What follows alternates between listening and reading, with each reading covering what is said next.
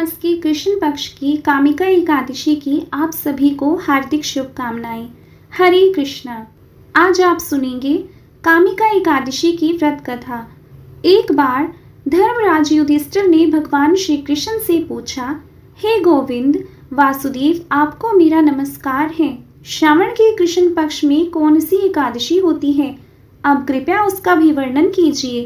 तब भगवान श्री कृष्ण बोले, राजन सुनो, मैं तुम्हें एक पाप नाशक उपाख्यान सुनाता हूँ, जिसे पूर्व समय में ब्रह्मा जी ने नारद जी के पूछने पर कहा था। नारद जी ने प्रश्न किया कि भगवान, यह मैं आपसे सुनना चाहता हूँ कि श्रावण के कृष्ण पक्ष में जो एकादशी होती है उसका क्या नाम है, उसके कौन से देवता हैं और उससे कौन सा पुण्य मिलता है। प्रभु यह सब बताइए। तब ब्रह्मा जी ने नारद जी से कहा, सुनो, मैं संपूर्ण लोकों के हित की इच्छा से तुम्हारे प्रश्न का उत्तर दे रहा हूँ। श्रावण मास में जो कृष्ण पक्ष की एकादशी होती है उसका नाम कामिका है। उसके स्मरण मात्र से वाजपेय यज्ञ का फल मिलता है। उस दिन श्रीधर, हरि, विष्णु, माधव और मधुसूदन आदि नामों से भगवान का पूजन करना चाहिए। भगवान श्री कृष्ण के पूजन से जो फल मिलता है वह गंगा, काशी तथा पुष्कर क्षेत्र में भी सुलभ नहीं है। सिंह राशि के बृहस्पति होने पर तथा व्यतिपात और दंड योग में गोदावरी स्नान करने से जिस फल की प्राप्ति होती है वही फल भगवान श्री कृष्ण के पूजन से भी मिलता है। जो समुद्र और वन सहित समूची पृथ्वी का दान करता है और जो कामिका एकादशी का व्रत करता है वे दोनों समान फल के भागी माने गए हैं। कामिका एकादशी का व्रत सबसे उत्तम माना गया है।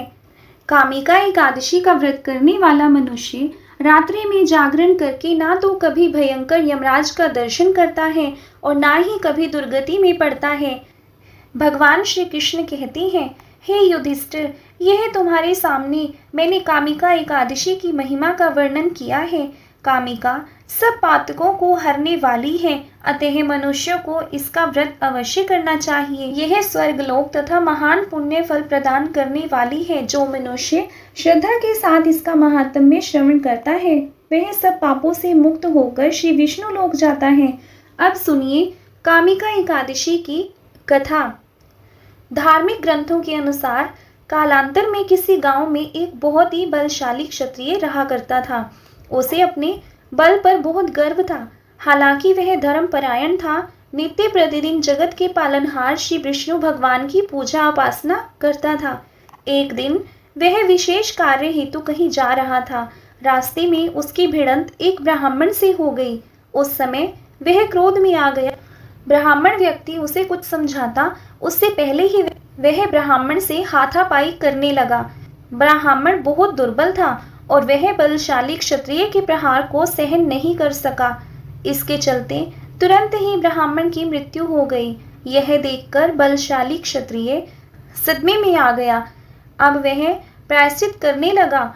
उसे अपनी गलती का एहसास हुआ कि उसने बल के दम पर निर्बल ब्राह्मण की हत्या कर दी है।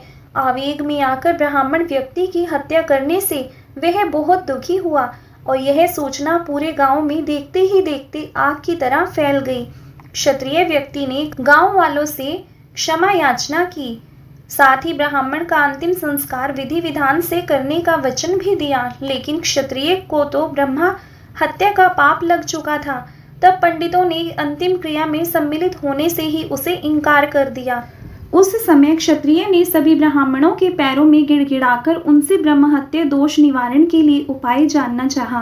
तब पंडितों ने कहा कि ब्रह्महत्या दोष का प्रायश्चित करने के पश्चात ही हम लोग आपके घर पर भोजन ग्रहण करेंगे। यह सुनकर क्षत्रिय ने ब्रह्महत्या दोष प्रायश्चित करने का उपाय पूछा। पंडितों ने कहा कि सावन मास की कृष्ण पक्ष की एकादशी तिथि को विधि विधान से जगत के पालनहार भगवान श्री हरि की पूजा उपासना करो। साथ ही ब्राह्मणों को भोजन कराओ और दान दक्षिणा दो। ऐसा करने से तुम ब्रह्महत्या दोष से मुक्त हो जाओगे।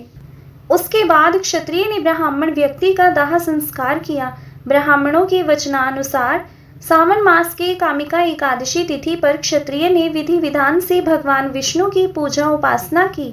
साथ ही ब्राह्मणों को भोजन कराकर यथासंभव दान दक्षिणा भी दी उसी रात क्षत्रिय के सपने में भगवान विष्णु आकर बोले कि मैं तुम्हारी भक्ति से प्रसन्न हूँ।